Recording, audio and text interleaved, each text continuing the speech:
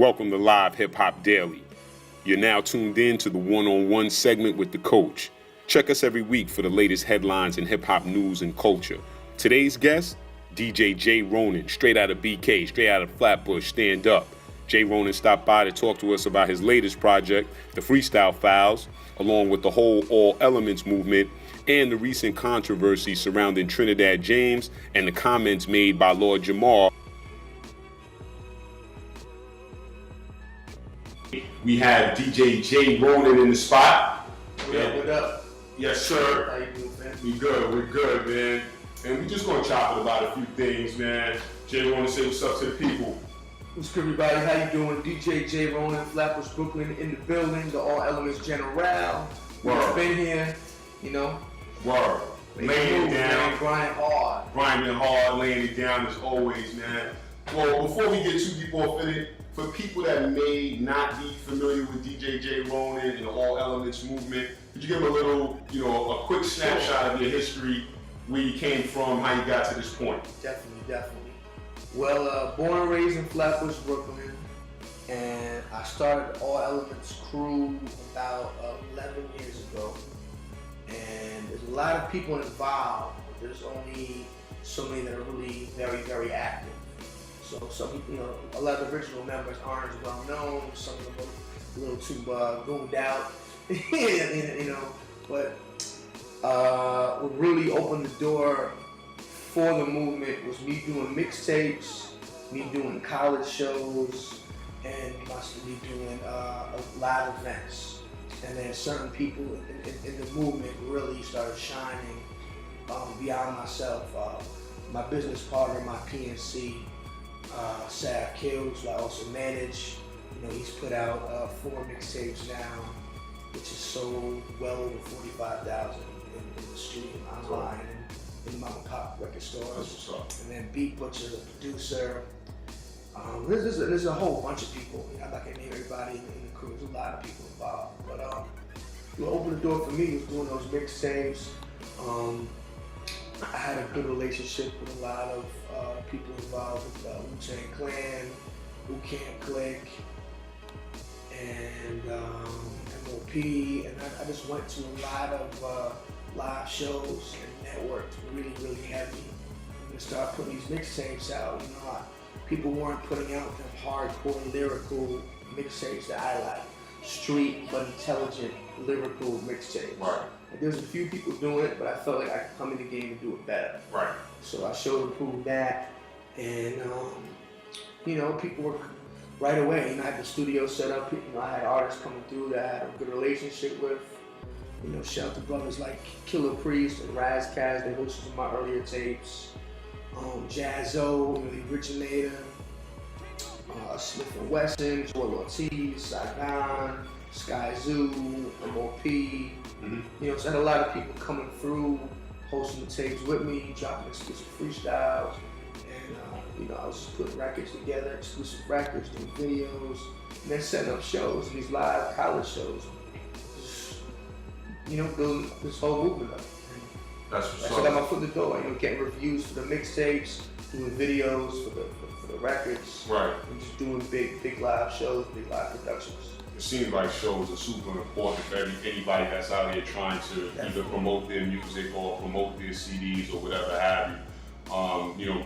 Getting out in front of the crowd, letting them feel the energy, letting them really, feel what everything is about is priceless. And these days, it's almost what people expect. People are more intimate with their artists these days, so this is what they expect. Well, as far as being an artist, DJ, or whatever, if you're a public figure in entertainment, it's kind of like being a politician. You gotta get out there, you gotta shake the hands, you gotta kiss the babies.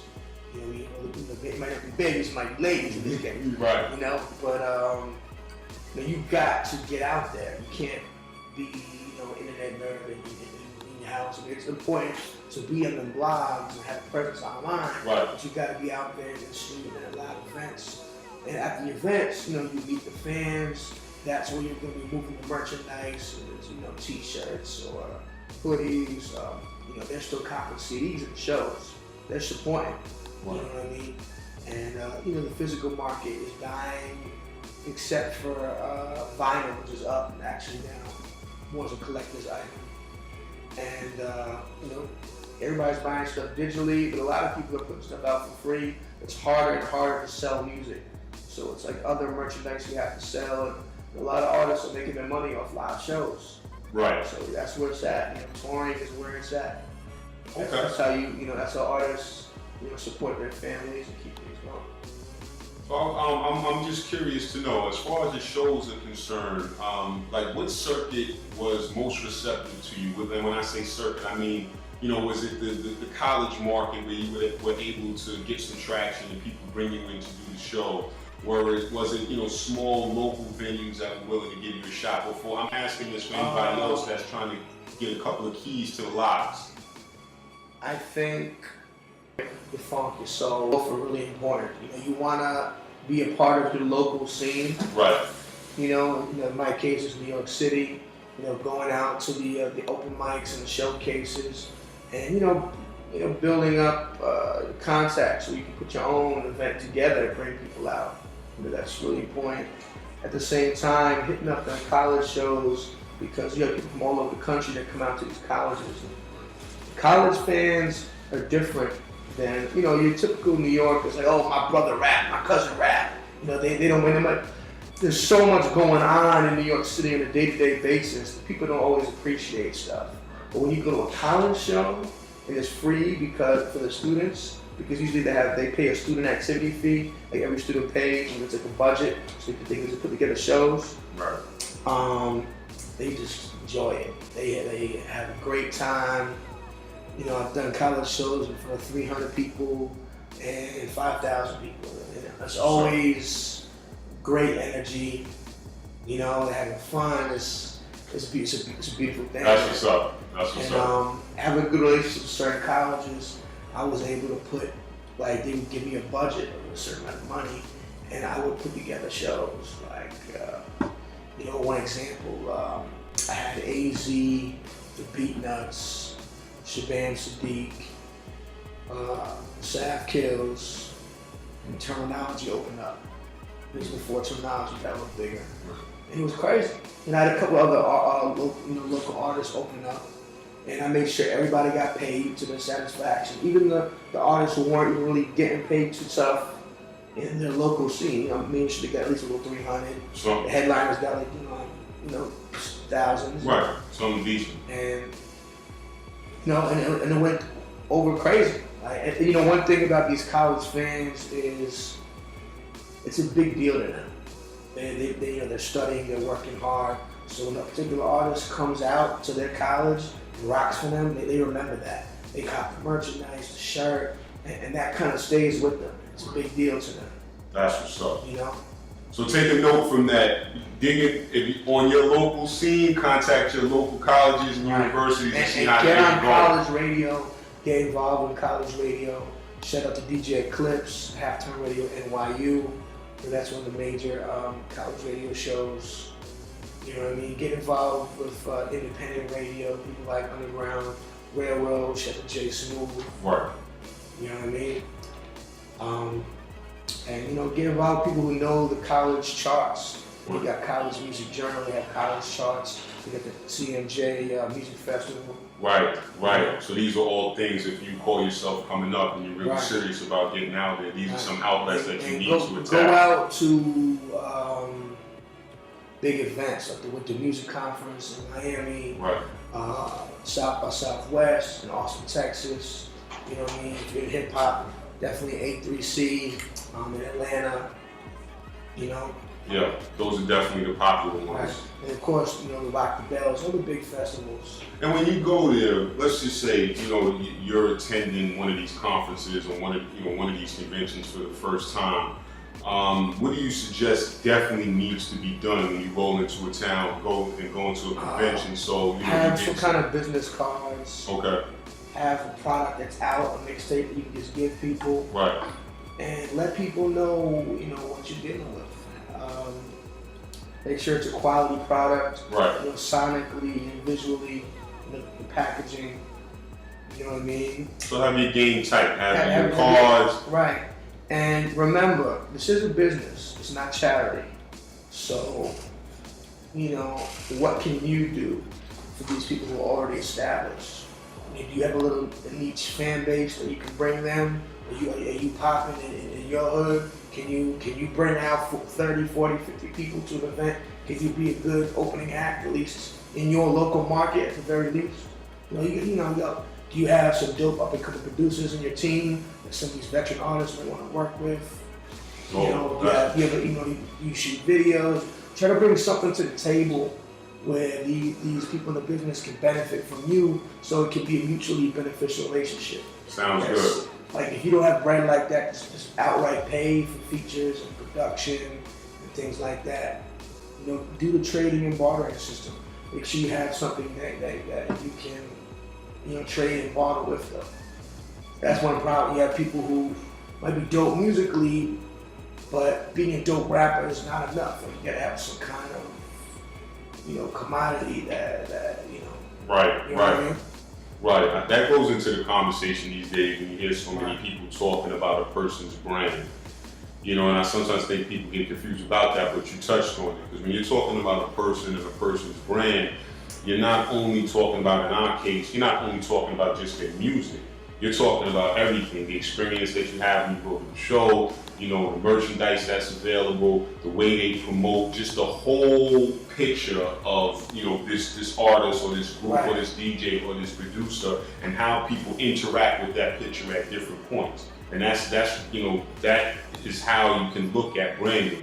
So, it's definitely great advice as to what you said, as to look, man, even you having your business game together is a indication or piece of your brand. So when you're, like you said, interacting with people and you pull out your mix CD, pull out your mixtape, pull out your business card, that's part of your I'll give you an example. Like you take a look at this mixtape right here, I had a graphic designer do the cover. Right. You know what I mean? And, inside and outside, there's writing on the CD. There you go. Let them see it. Let them see the front again. There you go. Know what I mean? We got artwork inside and out. We got my contact information in here, contact information on the CD, along with the writing on the CD. It's not a CD with some marker on it. Right. You can't get a budget for that, man. Like I was at a showcase. One of my artists, shout out to Frank Knight, one of the artists that I manage, a young brother coming out of Brooklyn. Mm-hmm.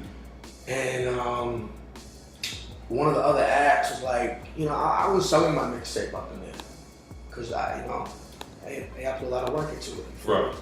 And the dude was trying to trade me, like, well, I'll give you mine. And his was like just some marker on the CD. And I'm like, but this is a real product with artists who are legends, who gold and platinum plaques. Like, that's some shit you threw together before you came over here. Right.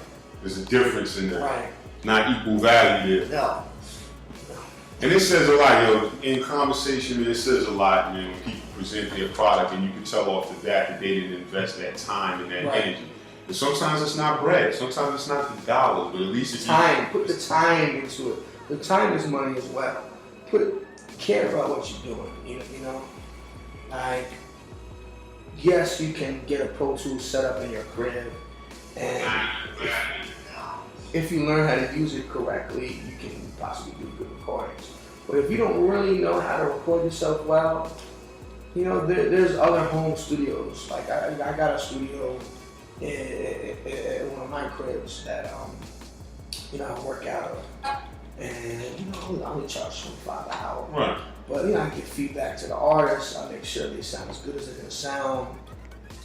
Cause I know young artists that sound like garbage, put that shit up on SoundCloud, it sounds terrible. Right. Put your best foot forward. That's really important. You know what I mean? Best foot forward, understand that's super important. You never know who's gonna hear your music once it's published and it's put out, it's out in the world. So putting your best foot forward and basically doing the best job that you can when you're writing, producing, recording is going to be super important. And it's a habit. It's a good habit to develop as you move through your career, if this is something you're really trying to do as a career. So that's definitely real deal advice for people. Let me ask you this. It sounds like you've been around a while as far as a DJ, being a DJ. you're obviously around to experience the transition from, you know, the traditional manner of DJing, vinyl, 2 turns, mixer, getting it done, versus as we move through the 2G, incorporating now new DJ and even sometimes recording technologies to do, you know, to DJ and to do this thing. Right. How does that affect what you do in terms of ease, convenience, and just as far as doing, you know, being a better DJ? That's the first part of the question. And the second part, I'm just wondering, as DJs come into the game, we get a lot of feedback from established DJs saying, look, this is what you need to learn if you want to be a DJ. Never mind just the technology that's out, but you need this foundation and these principles. Now, once you've mastered the foundation and the principles, you can obviously use which tools you want. So I just wanted to talk to you a little bit about how you incorporate it for you coming up, and then talk about new DJs coming in the game. Coming up, I use Technique 1200s with my mixer. And not much has changed. I still use my techniques on my mixer. However, now I use my MacBook Pro with Serato as well. So I'm still incorporating the turntables with it. And sometimes I bring out my tables. But a lot of venues have tables. Sometimes they have the CDJs, which I don't like as much, or like a controller, which I don't like as much. But it hasn't changed that much. For me, the only thing that's really changed is I don't have to carry 2-3 crates when I'm doing like a whole night. Right. So maybe it's worse because in a way that'll be a little workout for my chubby ass. You know what I mean? No, you know how I used to go, man. The DJs always had the younger cats carry the records anyway. I mean, when it was trying to get on, you got to carry the records. But sometimes I don't got time for that now. Right. My records. Yeah, man. And I don't have nothing bad to say about nobody coming up holding carrying records, because I used to do it too. Shout out to Chuck Shella. Yeah, what? I used to do it too. And shout out to Red Alert. I only carry records once. Chuck, I carry them around all the time. You know what I'm saying? No regard for the dude carrying the crates. I get stuffed in the back of the truck with records. Hey, once you get in the club for free. Yeah, and to be honest with you, man, it just all went along with my love and appreciation for music. To be around the records, when these guys are doing what they're doing, to be able to thumb through those crates and look at liner notes and look at credits and who did certain things on records, that is part of my introduction and me paying my dues to understand it. How this game works, how records are produced, so on and so forth. So that's part of the come up. Yeah, you gotta, one thing before we go, I know we're going into a video in a second, right? The foundation, you gotta know your music history. You gotta know your hip hop history and the different eras of hip hop, and to be able to put sets together, with different, subgenres. You gotta know your funk, your soul, your R&B, your rock, everything. Your reggae, you're not from Flappers, you gotta know reggae music. You gotta know your reggae, your dancehall, your blues. Right. It makes sense. So we're going to break for a moment. Freestyle Files, Volume 2, DJ J-RONIN. We here, people. What up? Yeah, man, that was just a video we checked out by Cortez off of Freestyle Files, Volume 2. Yep. So tell us a little bit about this project, and tell us what inspired you to do it first off. Well, I've been doing the All Elements series, and I always had a couple of freestyles on there that always stood out. And, I would put together records, and I felt, I had an influence definitely from Tony Touch, Power Cypher from the 50 MC that he did, and Doo-Wop's 95 Live, and other brothers like that. And I wanted to do a tape, just freestyle, just bars, mostly on classic beats and a classic feel to it. And I decided I wanted to be 50 MCs just to kind of like, have to be a monumental project, And I started it over a year ago. And, I thought I could get it done in a couple of months. And, me being as cool as many artists as I am, that was not the case. There's like still about 10, 15 rappers that have like slept on my couch and even aren't even on this motherfucking mixtape right here. I can curse, right? Yeah. Right. It's like, damn, you not on the tape? How are you not on the tape? Yeah. Thousands together. Right. Like, What happened? Like, but what are some of the politics? Because I mean, pulling together a project, like you said, you have a lot of moving parts with this project. So. I mean, politics-wise, there's a large number of artists who I've helped out some kind of way. Right. Whether I've helped them get production, got them shows, linked them with another artist, got them features, got them some kind of promotions. Or I'm always playing them on my radio show, playing them in the club, like, you know, help them get a video done, help, like, whatever, like. Right. You know, anybody that works with me, that will benefit, and I feel like that's kind of what artists know. They kind of like, oh, you're Ronin, yeah, you get some money rolling. Right. You make some moves with him, like right. that's kind of like known. You know what I mean? It's, you know, you're gonna make moves and get money and make things happen. You know, like but beyond DJing, like management, I do promotion and marketing, I set up interviews, I do online promotion and marketing, getting the records out there, getting the records to the DJs, you know what I mean? Put together videos, making treatments, you know, recording. You know, some artists just want to record with me, like, yo, I got you, just, you know, I come through, do something for you, just record some joints for me. You know, I you know, it's always barter, like you right, said. trading and bartering. Right. You know what I mean?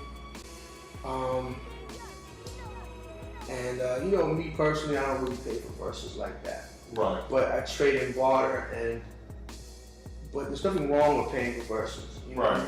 Like some people, you know, that they're not in that position to trade and barter, so they gotta pay. Right. But you know, come to me and I'll get you a good deal. At the very least, I'll get you a good deal, and you'll actually get your verse. Because, you know, shout out to some of my brothers. Some of them is not the most reliable people. They're artists. That's why they have managers. Right. So, you know, you send them the money, and you know, things happen sometimes. Right.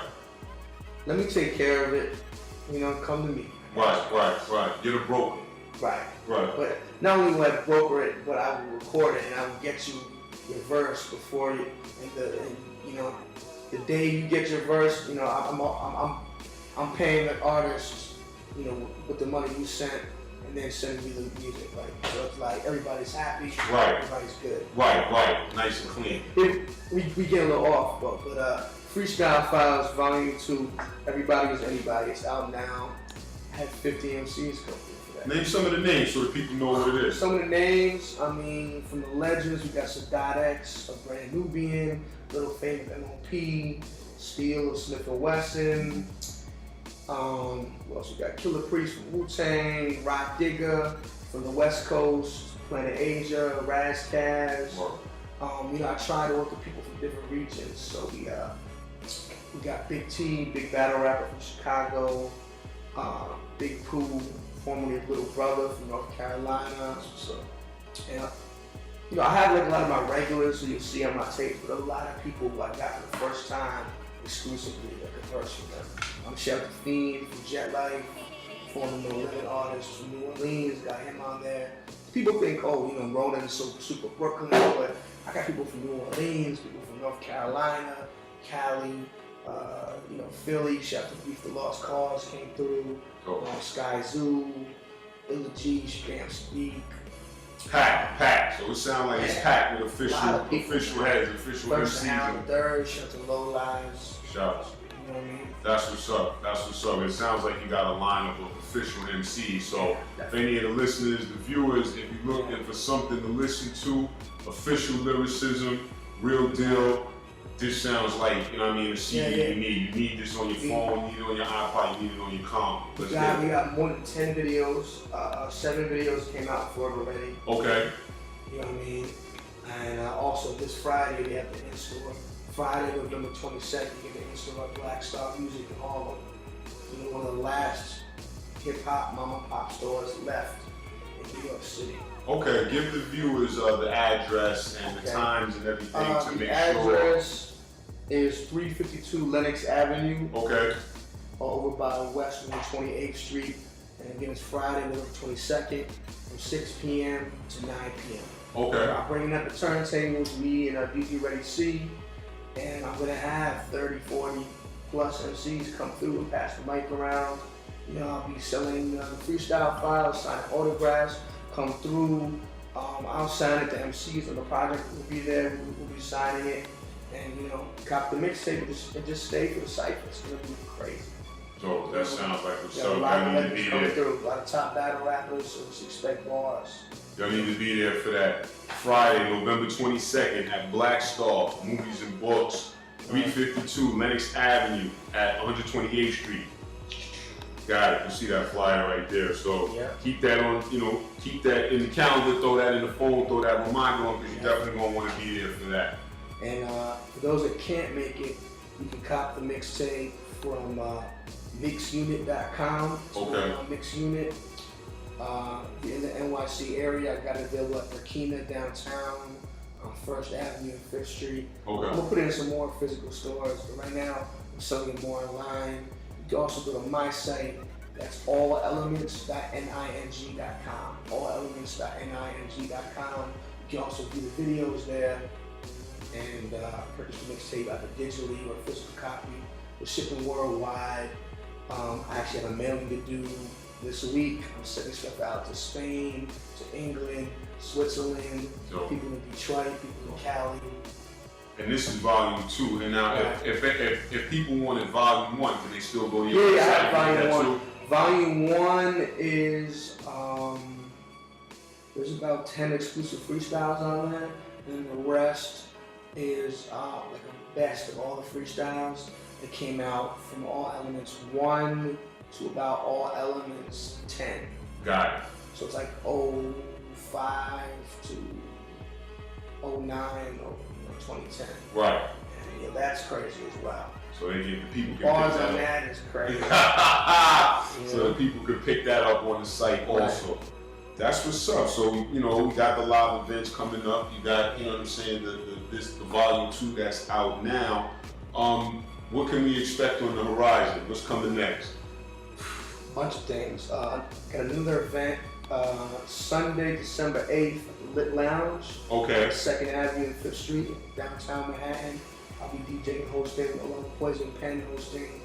And we got Sav Kills from All Elements crew performing. Frank Knight, newest member of All Elements performing. And then we got a couple of brothers from the Rebel Arms crew and the Mortal Techniques crew. Diabolic from Long Island, he's got a big fan base in the underground.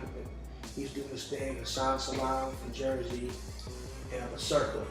So Okay. that's gonna be a dope show. And you said that's December That's December 8th. 8th. Sunday, Okay. December 8th. Other than that, Sav Kills Bangers and B-Sides Part 2 is coming. Good. Brother's been working really hard on that. We're finishing up his album, Still Determined. Okay. Putting it out through our label. All Elements is also a label. It's a label. It's a label. It's a crew. You get the radio show on WooWorld.com. Shout out. I'm also the official Wu-Tang DJ. Shout out to the whole Wu-Tang. Dope. But yeah, that Still Determined album. It's like the first album I really put everything into. The production is crazy. Shout out to MOP, they're on there.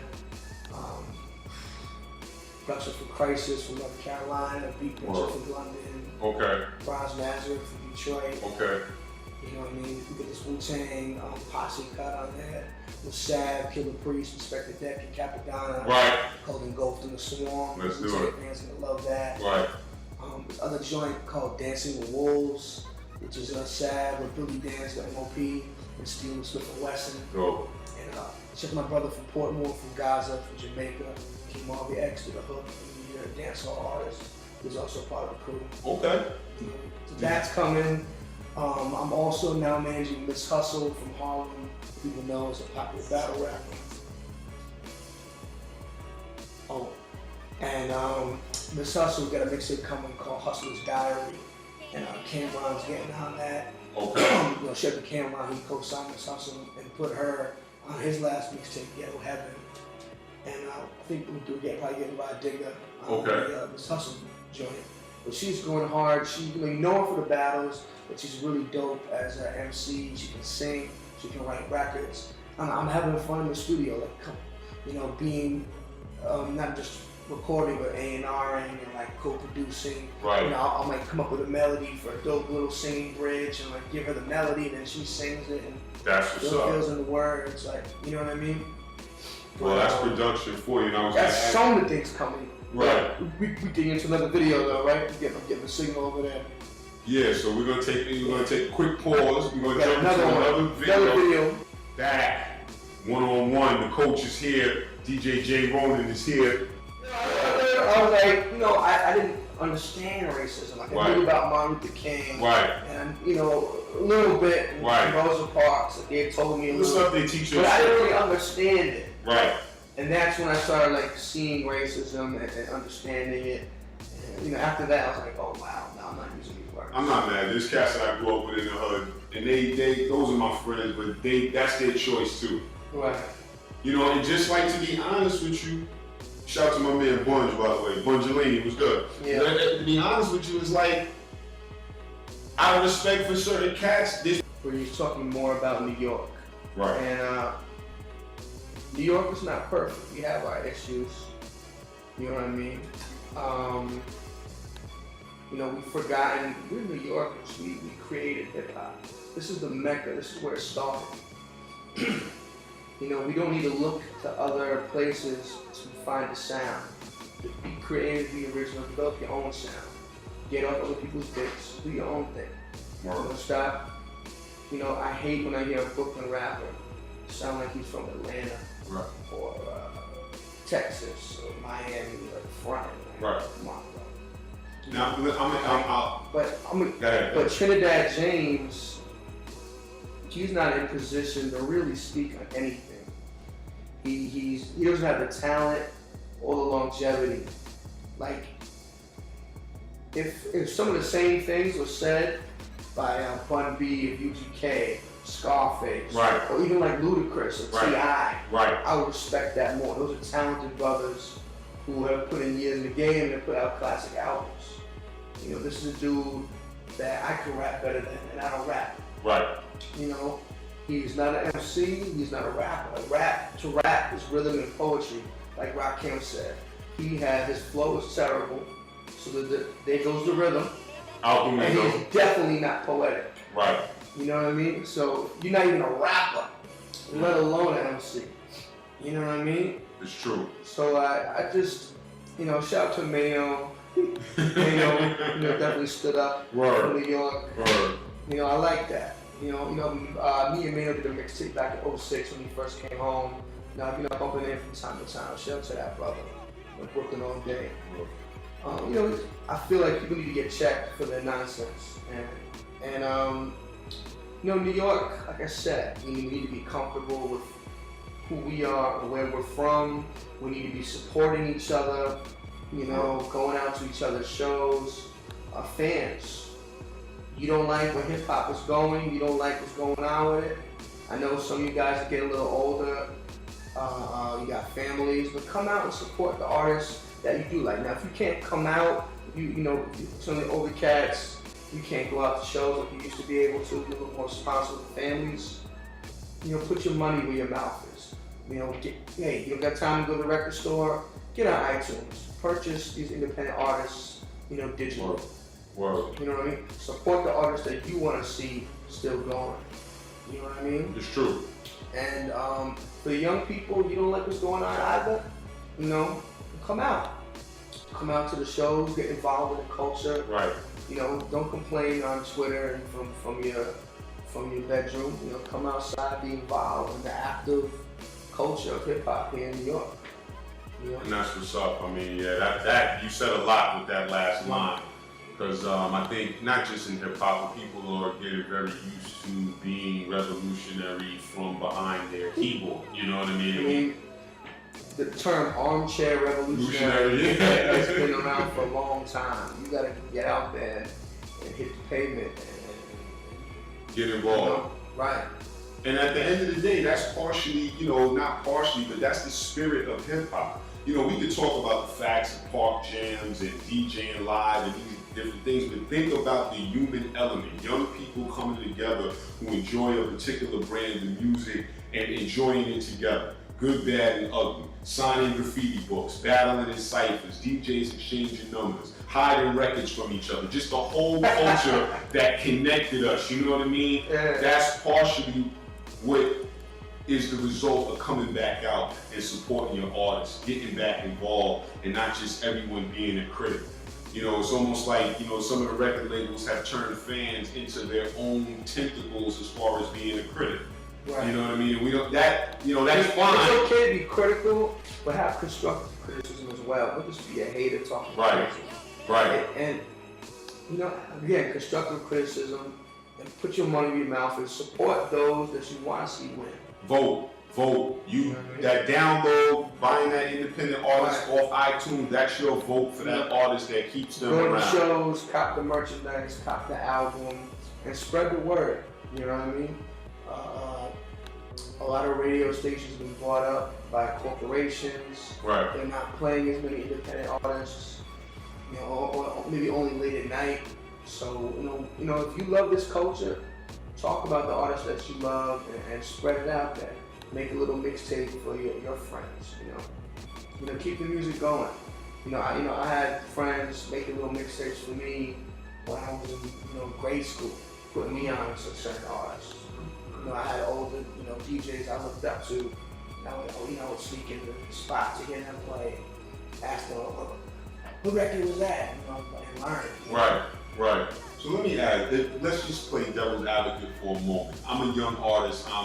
Let's just say I'm 16 years old, 18 years old. Mm-hmm. Maybe I can rhyme a little bit. I'm getting some encouraging feedback, but now I'm ready to get a little serious, whatever happens. Now, obviously, you're looking at what's going on across the landscape of successful artists. Right. What can we say to an artist that says, look, well, I want to be in that position, that mainstream position. I want to be, I want to have the chance to hit the home run.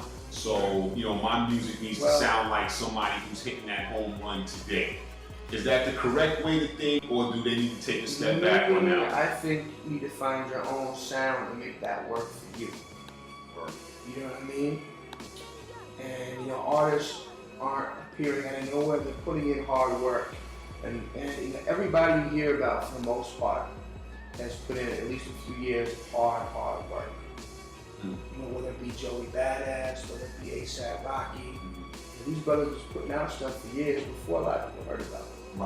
Right. And, put together a product, record, put together some mixtapes and get them out there. If you're young, 16, 18, you're in high school, you're in college, get your fellow students involved.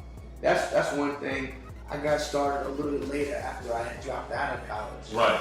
I wish I had got started, more so in high school. If I had started in high school, the rich open mixtape, I would make so much more money. I miss a lot of money. Right. I would have had all my people who's more involved. No, you're still doing it, man. Yeah, I'm doing good, but I would be doing great. And I would keep on doing the pain. That's all good. You're still on the road. They still sell them. Yeah. You know what I mean? So that's what's up, man. And like I said, I just wanted to get your opinion on that as far as that mindset, that mentality of being a new artist, coming in and saying, I want to be at those top levels. There's a few different ways for a person to go, but in your opinion and your advice is, find out what you do well, come up with your style, something that someone else cannot imitate. Right. And he was putting out stuff for years. Right. As a young dude, he developed his own sound and made it work. Same thing with J. Cole. Right. You know what I mean? He put out 4 or 5 mixtapes. Right. Before he put out his first album, and he makes his own beats. Right. All that. Now, some of these guys, rightfully so, we have to mention, they had some pretty heavy people come down to the ground and help them, Definitely, of course, but it's like when you get to that certain level and you're up, because a lot of these guys are selling out shows before those major coasts. Like the Kendrick was already on the scene. Right. So you have people, big legends in the game, co-signing them after they already was buzzing and doing their thing. Right. So get to that certain level, and then you team up with people who can take you to that next level. That's what's up. That's what's up. Okay. By the way, we were talking about Lord Jamar, and let's get into some of that And just stuff. stop right. Yeah, We were talking about, just to that's bring it back around, we were talking about the Trinidad James rant, and then in general talking about how some of the older guard in hip hop have come back to the ground and kind of help us out and say, look, you guys are going a little off to the left. Right. You know, you're starting to go against this original, you know, what hip hop should contain. Not to say it's only this, but it needs to be this, and some of this other stuff doesn't really fall into the realm of hip hop. Right. You understand? So now there's some people like a Lord Jamal, like a Sadat X, that come down to the ground and say, whoa, you know, pause. You know what I mean? You have some younger artists that are saying, well, who are you? What gives you the right to tell us X, Y, and Z? So we're noticing that little disrespect between the younger guard and the older guard, and, you know, just wanted to build on that a little bit. Well, you know, shout out to Brand New here. Those are like my older brothers, particularly Sadat and Jamar. You know, they've been there, they've helped me out. I respect them so much. And they put out hits, multiple hits. And they've had longevity in the game. They're still touring the world. They still get paid well as a group and as solo artists. Absolutely. Do their thing. Absolutely. You know, they still have a great following. And you know, they came out with the first records in like '89, and Grand Puba was putting out records before that. He was putting out records before that. The first, I guess, the first album would be Master for all. Ceremony. Yeah, so yeah, Grand Puba was in Masters of Ceremony. Longevity. Yeah, a while. A lot of artists aren't lasting 4 or 5 years. These brothers have been around over 20. Easy. You know, over 25. Yeah. Now you're getting down to it. You know, and and having said that, it's spectacular to be a hip hop artist and be out for 20 and 25 and years. And shout out to Jamal and Sadat, they in better shape than me. They get in the gym. I got And then think about it. Let's talk about other genres. There's no guarantee that you have artists in other genres that could be more mainstream, more sales. You know, and that's debatable. But for any artist to stay involved in the recording industry for more than 10 years, more than 15 years, and you start getting to 20 and 25, there's got to be, you know, we have to tip our hat. Definitely. You know.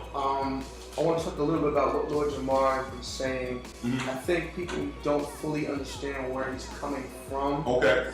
You know, he was speaking about his views on homosexuality in hip hop. I remember that. And white people in hip hop. Right. So, you know, and I build with Jamar, you know, directly. Right. He's definitely not homophobic. Right. Neither am I. Like Lord Jamar, he told me he's been to a gay wedding. Right. He just feels that, you know, I think it's more so effeminate and weakness shouldn't be a part of hip hop. Like, you know, of course, I mean, no disrespect, but sexual man and man, these things are gross. And this is and I believe you guys can do whatever you want to do in the privacy of your bedroom, whatever. I'm not homophobic. Right. There's a couple people in hip hop who I'm very cool with who are gay. Right. And some of them are like self-proclaimed homo thugs who cut your face. And all of that. Like, wow. Gooned out. Right, but they don't know the But you know, that's what they want. But you know, it is what it is. It is what it is. I mean, I feel Lord Jamar is more talking about the effeminization of hip hop and the effeminization of the youth and black men as well. You know, you know, he wants men to be men in this society. You know, to be there for your family, to stand up for yourself, stand up for your friends and your associates. Right. And be a strong, powerful force in this world. Because you have people who aren't willing to say jack shit. About nothing. About nothing. Just weak-willed. They're just kind of going along with the flow. They're not, you know, people are not standing up and saying. They're scared to if someone's acting up in the club, acting like a goon, bullying people, they're not gonna say nothing. Like, you know what I mean? It's just crazy. Like. Yeah, we've glossed over it a little bit, but hey, if you gotta snuff somebody, snuff them. Right. But try to talk it out first. Use your intelligence first. Right. But I think that's a big part of it. And then the whole thing with white people and hip hop. Right. I'm white. Right. Born and raised in Flatbush, Brooklyn. Right. Hip hop was started by black people. Latino people they kind of got involved early, but really it was started by black people. Yeah.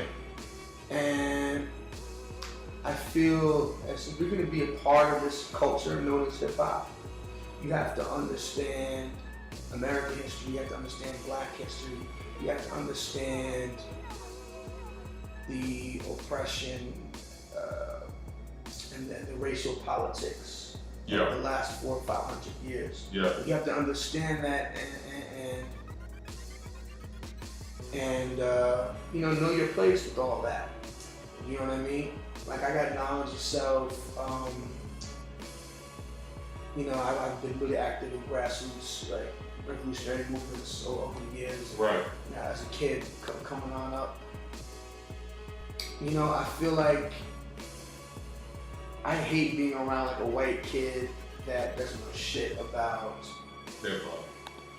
And you might know the music, but they don't know shit about like black culture outside of that. Right. Like, you don't know anything about Malcolm X or the Black Panthers. Right. Or shit. Right. Like, know where hip hop came from, the roots of hip hop, and appreciate that. Like, I feel like if you love hip hop, you have to also love black people. Right. So when you meet white people who are kind of racist or like the music, it doesn't make sense to me. Right. Right. You know what I mean? So when Lord Jamar said white people are a guest in the house of hip hop, I mean, I don't really feel like a guest. I feel like I moved in a long time ago. Right. Like, you know what I mean? But, I understand where he's coming from. Right. And you have to respect the roots and understand the culture, you know what I mean, of hip hop. Right. And because you got people who are involved in hip hop who have are kind of scared of black people deep down. And it's like, come on, bro. Like, it's still going on. I mean, I'll add on to it. What you said about. You don't gotta be super hood. I'm not saying that. Right.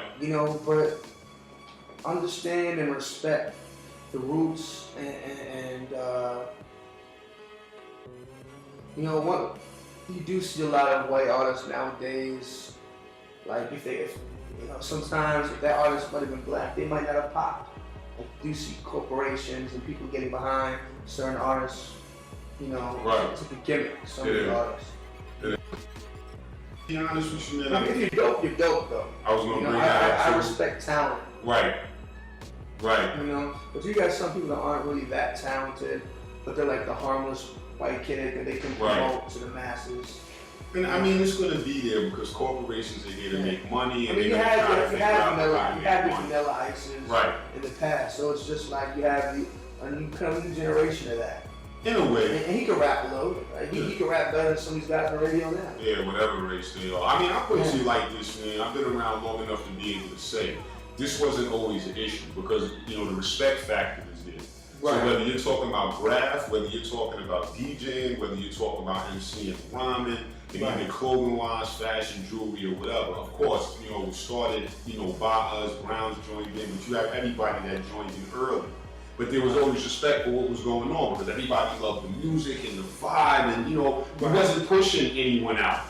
It didn't make no sense because this is our thing. And the respect is there, so it's not that big of a problem. Now, things are, like you said, you notice there's a little bit of a change now in how a person can look at an older school artist and just disrespect them, and then you look and you're like, the racial thing jumps out at you, but you're like, huh? We could say the same thing to you about your age. I hate when people use the N-word, by the way. That's a rough one. Yeah, that's a rough one. I can't say that's a rough one. I don't care if you're from this place. That's a rough one, I don't use the N-word. You will not hear me use it. Like, and then we fight with each other. And then you're like, oh, you get too much of a pass with that. It's crazy. When I was a little kid, you know, dudes were like, nah, it's cool, come on. And I'm like 8, 9 years old. Right. I didn't understand what racism is. Right. My friends are black and Puerto Rican and Chinese and white. Like, I have all kind of friends. I don't understand what racism is. Right. I don't know. Right. So I remember going to school and being mad at some chick in school. I think she's from Crown Heights, I'm from Flatbush, you know, she's black. Yeah. She said some shit to me, and I was like, N-word, please. I'm 9 years old. I don't understand racism. I don't get it. And like, she bogged out, told her, you know, I got like suspended from school. I was brought in. They felt like I was white trash. Right. Because I, you know, it was like a private school. Right. And I was in, and like, so they looked at me like I was a poor kid in the school. You know what I mean? I wasn't like a rich white kid. My family. Right. Yeah. And they were trying to tell me that I'm racist and I'm this and I'm that. I'm like, racist? What's racist? I didn't understand it. I didn't know what was speaking it. Like, I was trying to figure out how to spell it. Like, I was trying to get at it. She was getting at me. I was getting at her. What's the problem? I didn't even get it. Right. And I remember they made me sit down at recess for 2 weeks on a bench and watch all the other kids play. And the girl, she found out that I was from Flatbush. And then like half my friends were black, probably 75%. And like, you know,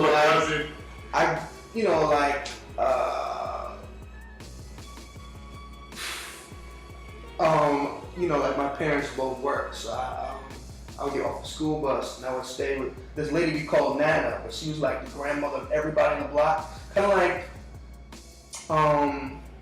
that Do the Right Thing movie, the older lady, I think, it was Ozzie Davis's wife, Ruby Dee. Ruby Dee's character. Right. And she was kind of like the mother of the block. Right. We had like a mother of the block. Right. You know, and she wasn't like a nanny.